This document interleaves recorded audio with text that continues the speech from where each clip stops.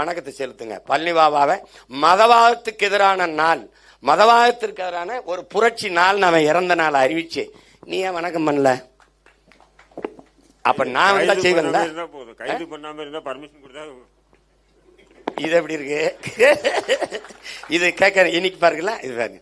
அப்ப அது நீ நடிக்கிற, என் மக்களை நீ அச்சப்படுத்துற, கோழையாக்குற, வீரனா நிமிர விட மாட்ட. இது என் நாடு என் நிலம் அப்படின்னு பேச மாட்ட. நீ எனக்கு சலுகை கொடுக்குற, நான் உரிமை கேட்கிறேன்.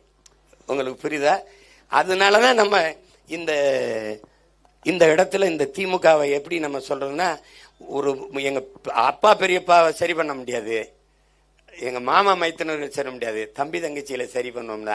இந்த வாட்டி நீங்க பாருங்களேன், இந்த தேர்தலில் நிற்கும் போது இந்த பையனுக்கெல்லாம் சீட் கொடுத்துருக்காப்புல, அப்படி கேட்பீங்க பாருங்க. எல்லாம் சின்ன சின்ன பசங்களாம் நிற்பாங்க, ஒரு 2-3 பேர் தான் தவிர்க்க முடியாம ஆம்பளை பசங்களா போயிட்டாங்க. எல்லாமே பெண் பிள்ளைங்க பரதாவோட நின்று நீங்க கேட்கணும், போட்டா போடுறான், போடலைன்னா போறேன். அதை பத்தி புரியுதா உங்களுக்கு?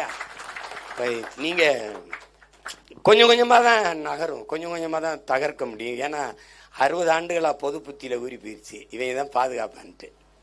அப்ப அதை தகர்க்கணும். அதுக்கு அண்ணனுக்கு நீங்க கூடவே மண்வெட்டி கோடாரியை தூக்கிட்டு வரணும்.